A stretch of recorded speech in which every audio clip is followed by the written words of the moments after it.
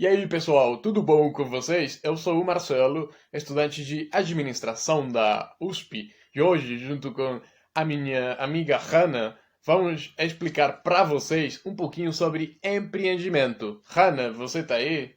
Vê se pega.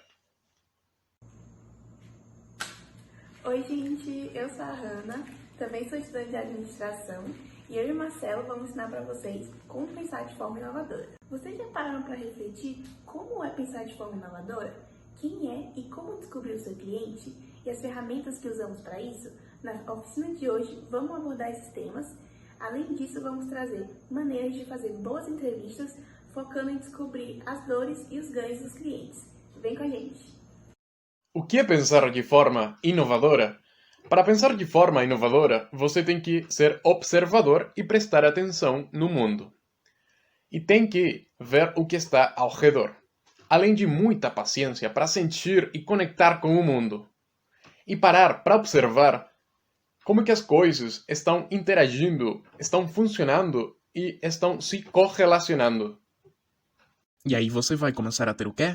Ideias. Isso funciona bem, isso funciona mal, isso aqui podia ser diferente. Até aqui foi criatividade. Você foi conectando coisas e teve ideia. Aliás, uma dica: quanto mais tempo você tiver de repertório, prestando atenção no cotidiano, será bem mais fácil conectar com o mundo. Mais fácil as ideias começarem a surgir. Boa pergunta, Zeca. É pedir dinheiro para alguém bancar sua ideia? Pedir dinheiro para o banco? Não. A primeira pessoa que tem que patrocinar sua ideia é você. Você é quem tem que estar ralando em cima de seu projeto, trabalhando dia e noite em cima da sua inovação. E depois que você patrocinou, a próxima etapa é testar aquilo. E você tem de ficar repetindo o processo, observando e testando.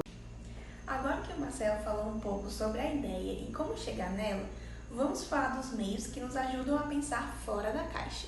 O Design Thinking é uma metodologia favorável à criatividade, inovação e experimentação e é perfeita para ser aplicada em resolução de problemas. Mas o que é Design Thinking? Pensar como design nada mais é do que uma caixa de ferramentas que organiza o nosso pensamento e abre nossos olhos para buscar uma visão crítica. Nos ajudam a ter soluções práticas e criativas. Você deve estar se questionando, mas esse design é o mesmo daquela profissão? Sim, é exatamente isso. As pessoas perceberam que o jeito de pensar de um design poderia ser usado em outras realidades, como a criação de um negócio.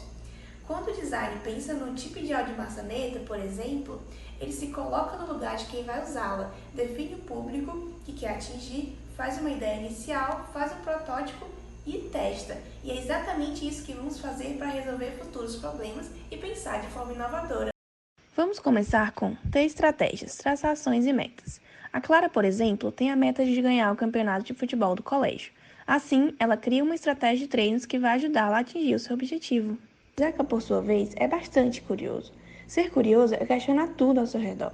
O Zeca, na volta à escola, observa que as ruas estão cada vez mais engarrafadas e se questiona: por que isso?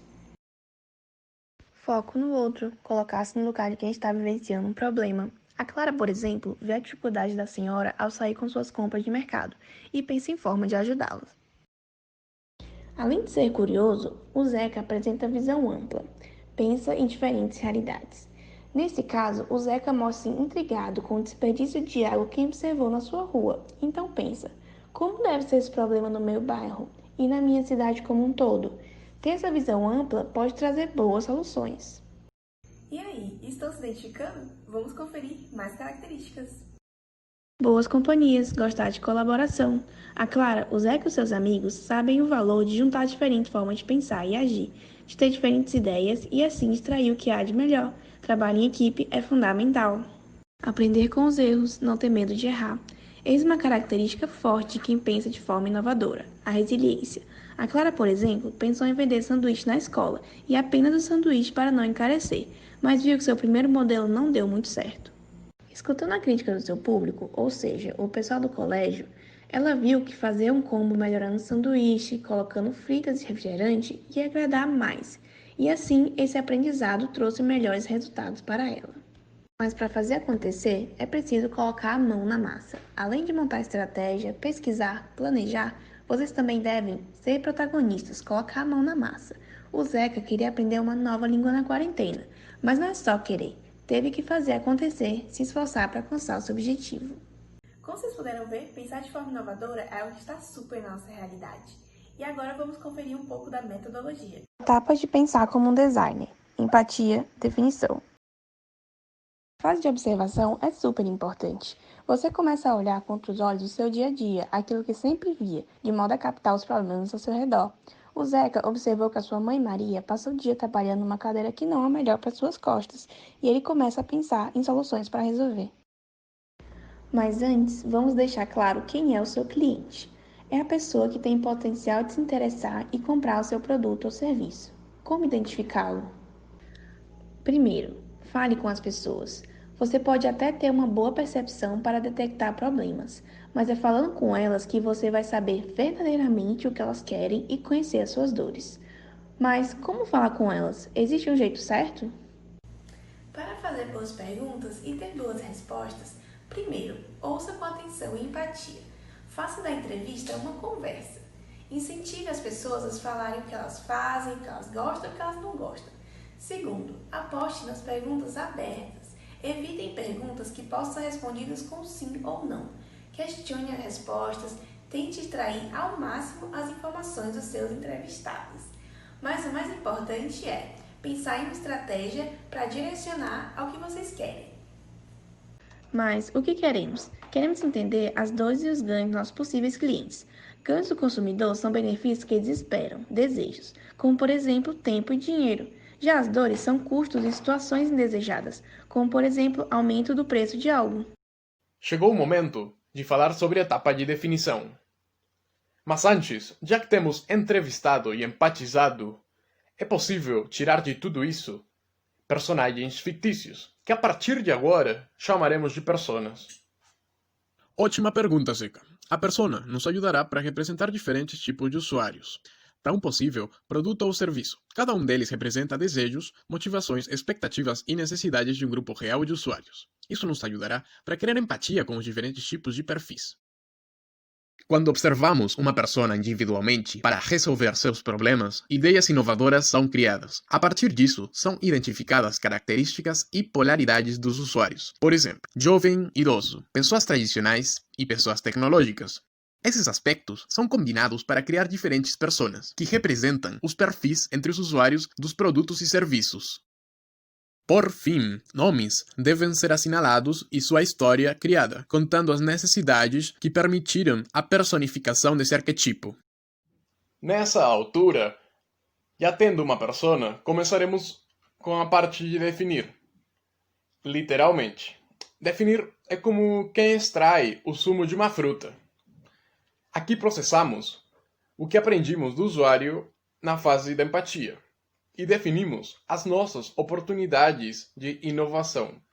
Devemos começar com um ponto de vista, ou ponto de partida, a partir das intuições ou palpites do nosso usuário. Para isso, podemos usar o mapa de empatia. Isto se divide em 4 seções: o que o usuário diz, o que o usuário faz, o que pensa e o que sente.